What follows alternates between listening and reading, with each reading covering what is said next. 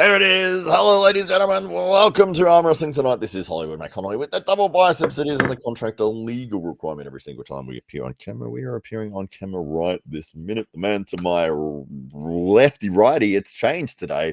It's depending on which side of the screen you're looking at. It's the co-host, the co-founder, the co-breather of air, the co-wearer of clothes in this very room. It is the master of disaster, the king of sting, the count of Monte Cristo. It is Thunderlips, the ultimate male. It is the Siberian bull. It is your friend and mine, the winner of the Dave Stockbridge of the Year award, the illustrious award held by the illustrious man with the illustrious beard. It is none other than Dave Stockbridge. Oh, well, thank you very much for that very warm welcome. As always, Hollywood back on late. It's been a big 24 hours in AWE. The last 24 hours has been maybe the biggest 24 hours in AWE history. Why? Because they're the most recent 24 hours. So we've had many announcements over the last few days, and so we've had Lachlan Adair. That's been the big announcement for this week, up against Brett Coots for the left-hand Oceanic title, which is absolutely huge. This is the return of Lachlan Adair to AWE, and it will be on the 22nd of June at the Adelaide Oval. If you want to see it live, you can still do so. You can buy tickets at diamondbackfc.com. So head over there if you want to see this event live, but as a very, very special guest to all of the AWE fans around the country and around the world, we will be releasing this matchup on Wednesday in a 1 hour special AWE presentation so that you can savor every moment as though you were there live. And of course, Brett Coots, Mateo Rungi, the Beast, Heather Morris will be throwing it down for the AWE Intercontinental Belt. This is the newly issued AWE Intercontinental Belt. This is Mateo Rungi's third attempt at securing this belt, having been the original holder of the belt and having attempted to defend the belt against Todd Hutchings, losing in an absolute war at AWE 2. So this is Mateo Rungi's return to the stage at AWE in order to secure what was formerly his. And of course, Brett Coots looking to add 3 belts to his name and 2 to his shoulders, 1 around the waist. That's what Brett Coots can do on the 22nd of June. So lots and lots of news coming out of AWE headquarters over the last several days. And just to whet your appetites a little bit, tonight we are going to review a match between Mateo Rungi, Heather Morris, and Ryan Bowen. This is where Mateo Rungi secured the Intercontinental belt the first time. So we're going to step through the lineage of this belt, but also we're going to review Mateo Rungi's performance against Ryan Bowen, and then compare that against Brett Coots's efforts against Ryan Bowen over recent times, and see if there's anything that we can draw from that in order to maybe more boldly predict who will be the Intercontinental champion come the 22nd of June. Of course, this matchup was now nearly 2.5 years ago. It was February 2023. We were just coming out of, is that right? 23 or 22? It's whatever you said. Yeah, I would say February 2023. AWE 2 being in July 2023. So this is 2023. So this is a different version of Ryan Bowen to what we might have seen 18 months ago, but very similar to the version of Ryan Bowen that you might see today. So Ryan Bowen, having gone through that journey, this is really his return to the big stage, having lost to Coach Ray at a much lower weight. He decided at that point he was going to start to get very serious about doing compound movements in the gym and putting on some serious muscle, whereas before he was only into the arm wrestling specific movements, and a big proponent of specificity in arm wrestling training. But it was in the months leading up to this event that Ryan had changed his training regime to incorporate more traditional powerlifting style movements, and really, Ryan had a few opponents to prepare for in the lead up to this matchup. Mateo Rungi was not the first opponent that we had lined up. He essentially stepped in almost at the last moment. We had originally Chance Shaw was to be Ryan's opponent, and then Chance suffered an injury in the lead up to this event in his preparation. And then there was some rumours that maybe Monster Michael Todd might make his way over for this one. And even other names like Todd Hutchings were discussed at the time. And as time grew nearer, the big man from New Zealand was the one that returned the calls and said he'd hop on a plane and make his way over to secure the belt. And I will say that Ryan Bowen was supremely confident coming into this. This was the biggest version of Ryan Bowen I think we'd seen to date. He was I think he weighed in officially at 108 kilograms. And of course, that paled in comparison to Mateo Rangi's 160 odd kilos. I think it was 161, 162 on this occasion, which is still significantly lighter than the weight he will carry into his upcoming title match. Is rumored to be sitting around 175 as of now. So that sets the scene for you here. This is AEWE 1 and Ryan Bowen versus Mateo Rungi, the Beast, Heather Morris. Absolutely. Oh, here we go. We'll kick things off here. So this is opening round. Tim Graham is the referee. He did a tremendous job and has continued to do a fantastic job for us at the AWE. They're in the straps here. So we're going to get the start. It's a slow start. And you can see here that Ryan's almost in a low hand top roll position. Mato Warangi looks very comfortable there, although he doesn't have a fantastic grip of Ryan's hand. You can see his fingertips are only just around the edge of Ryan's hand there, which may come into play here. Let's have a look at what happens throughout the round. So you can see there, it's a subtle movement, but Mato Warangi actually pulled Ryan back about 2 inches there. I don't know if you can really see it because it was a slow movement. It's almost like he stepped backwards and Ryan's hand went with him. So you see on this start here, so right here, the back pressure is going to come from Mato Warangi. Have a look at this. He drags Ryan. Look at it. His elbow's right at the back of the pad now. And Ryan's hand has gone from sitting around here. And now he's all the way in the center, even past the center. So Ryan wants to be over here. Mato Warangi has pulled him all the way to his side of the table. And almost at precisely the moment where it seems Ryan's attempted to top roll. So it seems that Ryan is just started to lurch over and started to try and get some pronation and was blocked immediately and was pulled back out of that position. Absolutely. You can see Ryan's trying to sort of find as much purchase as he can. His elbow's right on the edge of the pad here. And Mato Warangi is getting a further grip around Ryan's hand here now. Ryan taking a deep breath. He's going to try to surge here. But Mato Warangi is the one who surges. Ryan having to play defense here. Which he does. He surges. Mato Warangi catches it. A lot of back and forth. Good back pressure. It's the positioning of Mato Warangi that gets him through there. You can see he gets the pin, but it was all based on that very first back pressure movement. You see where Ryan is here. He's in the center. He's in a good spot right there, and he's not in a bad spot there either. It's this subtle movement right there that Mato Warangi pulls him back, and now the rest of the round, Ryan is out of position. He has extended. His arm is back like this instead of like this. Right there is nowhere near as strong as when you're in this position and you can access all of your body weight.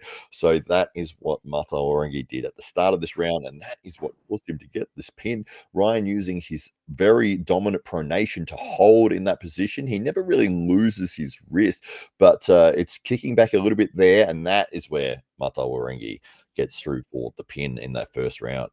Yeah, you can see Ryan's game plan was definitely top roll off the start, and maybe if he came off the start with a bit more urgency, he might have just got that vital inch or so that he needed on the right side of the table. But unfortunately, that slow start, as you alluded to at the top, was just enough for Mato Warangi to get himself into a position and to apply that back pressure, which really did nullify Ryan's ability to get any purchase on the top roll.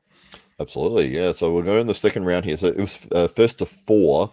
This is a 1-0 lead for Hedda Morris here. So we're going into the second round, and we'll see what happens. Ben Ettridge's hand is in the way, but we've got a big hit from Ryan Bowen, which blasts Matawaringi's elbow off of the pad, and he puts it straight back on, which is fine in AW rules. If it pops straight off and pops straight back on again, then we won't call that as a foul. But he's managed to catch Ryan's big hit here fairly comfortably. I mean, it's a fairly way off the pin pad there, but let's have a look how it plays out. Ryan re-gripping. And that's really Ryan's table IQ there, isn't it? He really sprung off the line in a way that perhaps he should have done in that first round, so he learned his lesson, and he came in strong right there, right off the start. But Matarangi, he's a defensive puller, and so he's quite happy to give his opponent some purchase off the line, and he's quite happy to sit back and then reset and start to climb and apply his own pressures from there. And that's what we're starting to see play out now. Absolutely, yeah. It's almost, it's not quite Michael Todd-esque, but it is that open hand top roll that Matarangi is utilizing, where off the start he is sort of kicking into this position. As long as he keeps that pronation in his wrist, then he's fine. You can see that when I play that again, that hit from Ryan pushes him to the side, but he drops into this and keeps that wrist pronated, which is the key to him being able to defend against Ryan's hit. So let's have a look at that again. So big hit from Ryan. Watch Matawaringi drop back and away. See, even though his elbow did drop off the pad for a second, Ryan, recognizing he can't get through at that point, he brings it back to the center and gets height with his arm, brings his elbow forwards, gets his arm very vertical, and he regrips over the top of Matawaringi. Yeah, the beast really did absorb that hit there very, very comfortably, and you can almost see that in the expression of his face right now. He's taking that, let's just wait and see where this goes approach, and maybe if Ryan stays there for more than a few seconds, I'm going to have everything I need, because he might just gas right there. Yeah, that is the danger of fighting against the open top roll in that position. So Ryan is not in a bad spot there. They're both sort of in the center. He's pulled it a little bit to his side of the table. Matawaringi looking very comfortable, very relaxed there. He's holding that hit from Ryan. He's going to hit himself. Ryan catching it in his king's move. Matawaringi transitioning to a press, and he gets called as a pin. Yeah. Oh, it came off the front, but we didn't see that.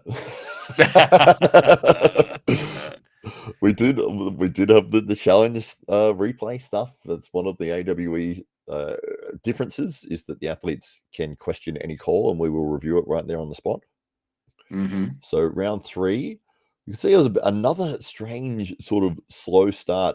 I believe Tim was getting them in position, then he was stepping back and then calling go. So it may look a little strange, like they're both sort of sitting there not doing anything, but they're waiting for the go from Tim. But I think it did throw off a couple of the athletes trying to time when they were going to hit. We're so used to the referee sort of having their hands there and seeing them actually, release their hands. Whereas when Tim was standing back and you're standing there with your opponent, it's like, go, you're like, oh, right. So let's have a look here. So round 3. So Hedda Morris is up 2-0.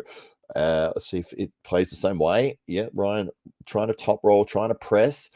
He's lost his wrist now. Matawaringi has a dominant position. Ryan trying to get his shoulder behind. He's too far away from his hand. Matawaringi. And this is where we really see Ryan dig deep. Ryan could have just let that go at any time, and he hung in there. And some might say he hung in there, a little longer than what he should have done. But that was a perilous position. But Ryan just gave no quarter. He held on there, and I think he was hoping that that Matawaringi might just be getting a little bit taxed, and if he could just inflict a little bit of damage, maybe catch his cardio a little bit, then he would give himself the room for a comeback in the later rounds. So I think that was Ryan's bet, but you can actually see all the blood and the pressure in Ryan's forearm in that shot as it accumulates, as all of that pressure is applied by Mato Irangi, as he's got all the hand that he needs and is only millimeters away from the pin pad. Absolutely. So Ryan, you could see the game plan he had there off the start. It was a very traditional top roller game plan where you're going to hit into position and then transition to a press. So your hit for your first initial blast of your top roll might get you 3/4 of the way of where you need to go, which is what has happened in the first 2 rounds with Matawarengi. He sort of got that 3/4 point, and that's where Matawarengi's been catching him. So you can see he hits hard, and then he immediately transitions for this press, but he transitions for the press a little too high, and his wrist gets compromised and buckled back, and then he's sort of in a flop wrist position for the rest of the round, and he can't get his shoulder in line. And once you've lost your wrist, especially against like Matawarengi, it's like you ain't giving it back to you for free. We have seen Ryan come back from that quite awkward-looking position in other super matches. Mazahir Saidou's match is one that comes to mind, where he really was able to hang in there long enough in that position to exhaust his opponent and set himself up. So this is Ryan trying to find answers to Matawarengi's power at this very early stage, and trying to see if there's a chance where he can inflict enough damage or perhaps eat into his much larger opponent's cardio just enough to give himself an edge, so that in the ensuing rounds he can follow through and maybe pick up a pin or two and put himself back into contention. Yeah, I think, but in between rounds, Ryan was on the phone to Lachlan Adair, and I do believe Lachlan said you need to press, you need to change what you're doing, and you need to go for a press. I believe that's what happened. I might be wrong, but but you can see that was something that Ryan did try to implement in that round. Let's have a look at it again. So off that start, you'll see Ryan hit for that top roll and then immediately transition for that press. So right here he hits, but he doesn't quite get Matawarengi very far down. The previous 2 rounds, he really brought him probably 3/4 of the way. That he only got maybe 1/4. So when he transitions for this press movement, you can see right here, his wrist immediately buckled underneath. Yeah, I mean, Ryan, what I do like about Ryan is that he will make these adjustments very, very quickly. So very, very quickly there, he realized I'm not succeeding here with this top roll. As a matter of fact, it's diminishing returns. The more I try with this top roll off the start, the less I'm getting now, and transition very, very quickly into that press. And although that was not ultimately a winning move in that round, it would have given him some kind of sense that, okay, a new strategy is needed. And one thing I will say, we always see a different version of Ryan Bowen, and over the last few years, we've seen downsized Ryan, we've seen bloated Ryan, we've seen lean Ryan, we now got muscular Ryan, but I think this might be the very best version of his beard that we've ever seen on display right here. This is peak Ryan's beard. So good facial hair on both sides of the table, all sides, if you include Tim Graham, of course. It was a good day. It was very, very good. Even the cameraman, yeah, indeed. It was a good day for facial hair. But then you got Jamie in the background. He's got nothing. He's behind the camera. Jamie, just you're going to ruin it all for us, Jamie. All right, so we're up 3-0 here. Ryan Bowen, this is AWE 1. It is first to 4. Ryan needs to make some big changes. Let's see what happens. Yeah, I think his pronation is just gone at that point. Header Morris rolling through Ryan there. He's holding on strong. He's framing quite nicely, but he's just getting outpowered. And his wrist is buckled back a bit here now. He's brought back for a press, a very painful looking press. Oh God! Look at this! Look at this! This is Ryan just trying, and I mean, very, very. The strap is loosening here. And, Oh, we get a Yeah. restart because the strap actually came apart. Yeah, yeah, huge pressure there. And Ryan would have felt he was so close there. You can see that you can almost see the disappointment in Ryan's face there, whereas he felt that was maybe his best chance. And maybe a loose strap is exactly what Ryan needed here to be able to just have something to hold on to so he could get that positioning he needed. But again, this is where we see Ryan in this very, very awkward defensive position. But this is very reminiscent of his matchup with Mazahir Saidu, where but Ryan was able just to hold on a little bit more in that position and ultimately come out victorious. But Ryan's able to hold on to an enormous amount of pressure in that very, very awkward position. Absolutely. There's strange looking men on TV at the moment. Beards galore at the moment. And that was Mata Wuringi winning the AWE Intercontinental title. Fantastic job there. He is going for that again at the June 22nd event at Diamondback Fighting Championship. It's going to be an absolute war. He's going up against Brett Coots on the right hand. We've also got another match of Lachlan Adair versus Brett Coots on the left hand, which there's a lot of people that are not sure how that match is going to go, but we're very excited to see it. Yeah, yeah, it's and tomorrow night we'll be delving back into the AWE archives to see how it was that Brett Coots handled Ryan Bowen. Ryan Bowen very much being the benchmark here, and so we're delving into the AWE archives. We're going to see how it is that both of these men have shaped up against Ryan Bowen. And ultimately try and extract from that some sense as to what might well happen. Now, if you talk to both men, both Brett and Matearangi, they are going to tell you that they are in their peak condition. Both men are reporting this has been their very best preparation ever for a super match. A lot of the footage you'll see of Brett against Ryan tomorrow night will be in a tournament format, of course. So Brett, to my recollection, has not competed against Ryan in a super match at AWE. So it would have been in that tournament format, but we do have several examples, and so we're going to get a sense as to how both men attacked Ryan. We're also going to get a strong sense as to how Ryan's, how both men ultimately prevailed over Ryan, but which man did it easier? Which man do you have your money on the 22nd in terms of taking the other one out? So yeah, very, very interesting.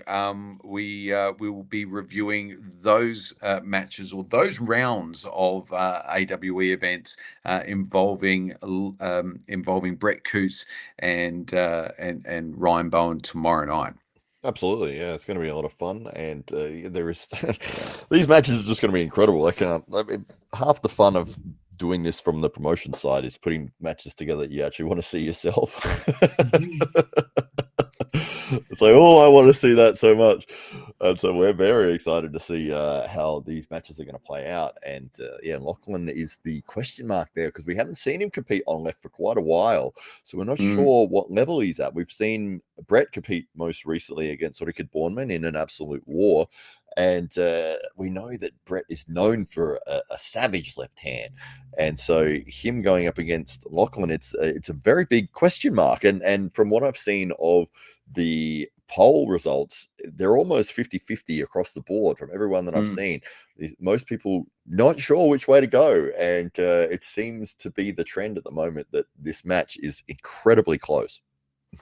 Very, very close. Too close for me to put my money on, that's for sure. And I absolutely cannot wait because we are seeing the very best version of both men on the 22nd of June. And so if you do want to be there in person, once again, you can be. You can buy your tickets from Diamondback FC, and you'll also get yourself 5 hours of combat sports action for your money, as well as these two massive super matches. So here, if you're in Australia, then you'll need to make your way to Adelaide, and the 22nd of June is a Sunday. So be prepared to let the boss know you might be a little bit late on Monday morning, but this is going to be an epic matchup. And of course, as we mentioned at the top, and if you're just joining us in the chat now, you can watch this as a feature presentation, both matches on the AWE channel on Wednesday after the event.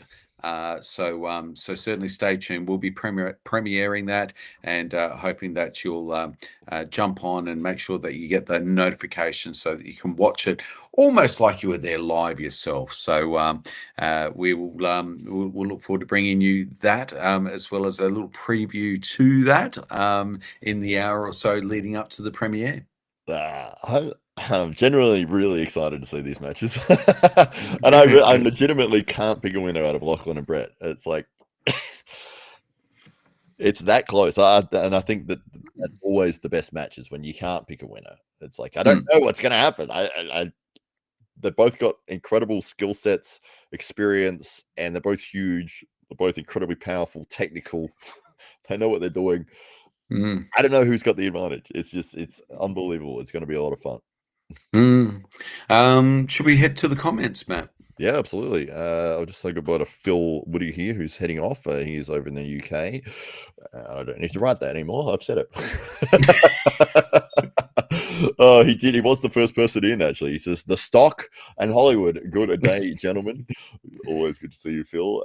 Siren French McGee has jumped in. She says that she's so keen for the 22nd, and so does Salvatore. He also says the 22nd is going to be a blast. Sal being one of the members of the SA Titans Club as well. He's been doing good things in the club there. And David Jansen's here. He has a podcast over in Canada. He says, morning, gents. Always good to see you, David. Cobus Prinz is here. He says, good day, guys. So good to get you on a live stream again.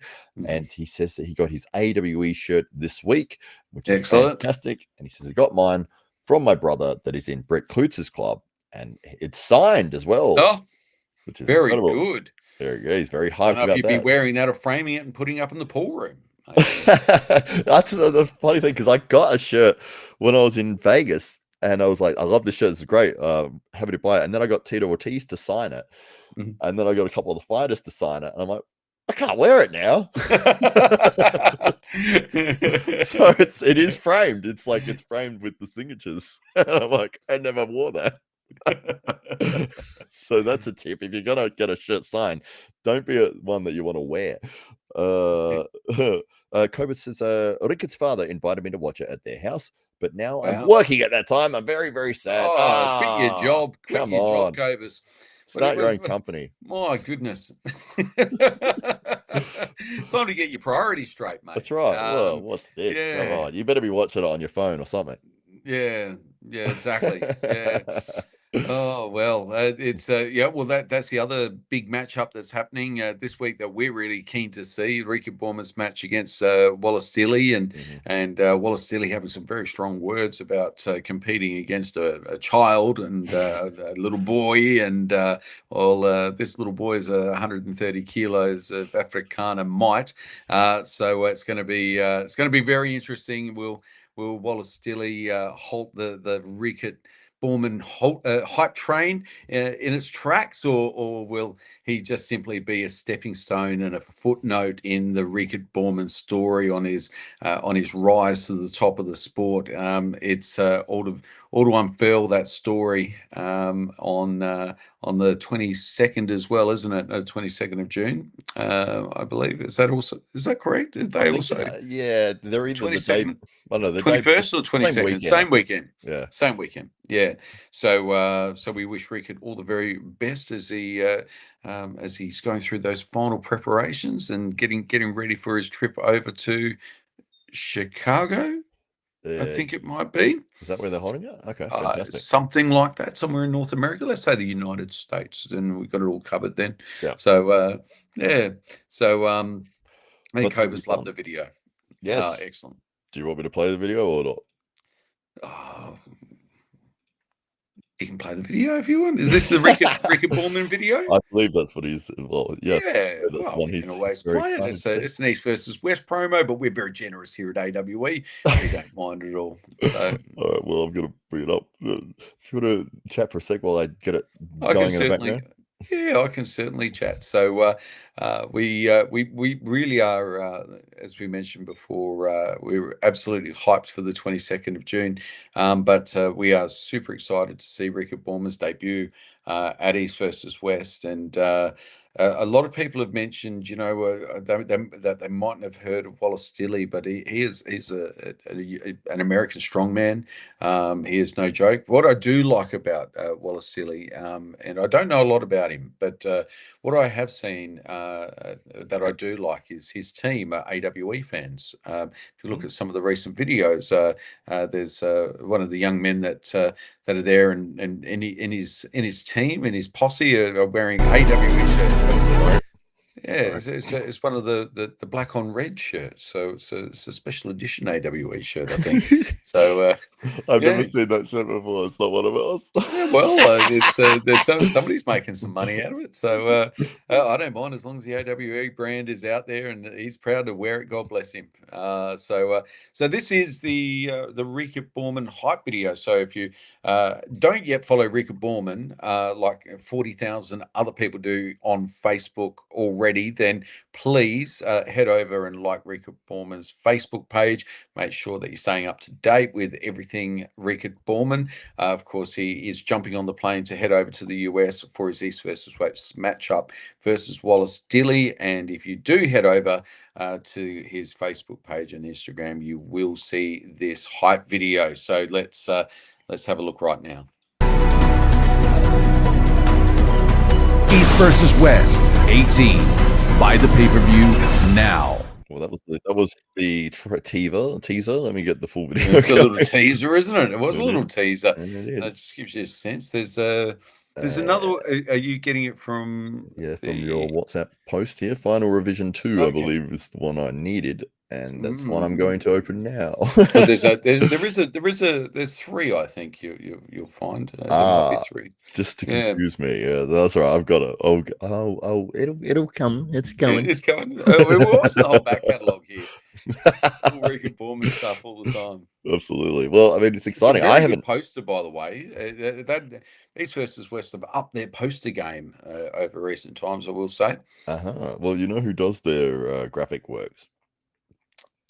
Solar Run. Sol, yes. Yeah, He's been long serving there at East versus West, and but I will say he stepped it up over recent 22 years old, All right. the pride of South Africa. Humble, gifted, God-fearing. Some say he is a once-in-a-generation athlete. Right now, Wallace Stilley stands in the way. Can Wallace Stilley stop Rickard Borman's climb? Or is Borman the sport's next big thing? East versus West, 18. Buy the pay-per-view now. Jeez, love that accent there. Whoever did that. I'm hyped now. Wow. Well, there is another little video there where where Wallace Stilley talks a little bit of smack. I think it's a little bit of smack. He's trying to inject a little bit of controversy and a little bit of aggro into the equation. And he's there and he's training with one of his young training partners, and expresses that perhaps.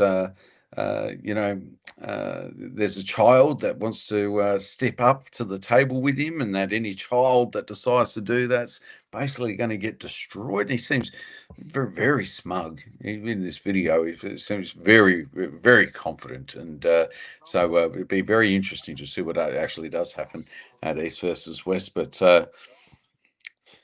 Matt's looking very confused. So if you ever see Matt angry, he's not. He's just looking for a video, or he's just concentrating. That's right. Matt's resting anger face. That's right. Revealing the seething anger within. That's right.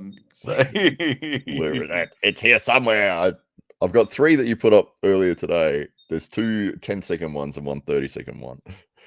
Is it any of that? Oh, Oh no, no, here I it think is. it's. I think it's from found it. the. I Was think it's this- from a few days ago. But Ooh, yeah, that's all right. We'll but it doesn't matter. That's enough of that. sure. Well, if you want to see all of the videos, you can head over to Rickett Borman's Facebook page, his Instagram page. Definitely, that young man is on the rise. If you're already on the Rickett Borman train, then you're heading somewhere good. And if you're not yet on it, then we do say jump on.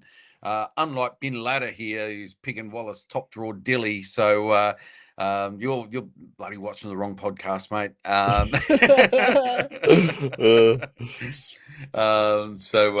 Yes, that video where Wallace is saying no child will be able to pull against him. That's the one. You've already seen it, Cobus, as a lot of the Rickett Borman fans already have. So it's a big weekend of arm wrestling. We've got the AWE event here on this side of the planet, and just over there on the other side of the planet, you've got East versus West, and massive card featuring young Rickett Borman, the AWE heavyweight champion, who's starting his climb on the biggest stage in the arm wrestling world. So we wish him all the very, very best, and to all of the fans that jump into the comments, thank you very much, and to all of the people that watch and support AWE, we love you, we thank you, and we can't wait to bring you more AWE arm wrestling tomorrow night.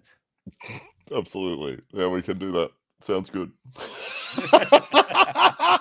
All right. Thanks, guys.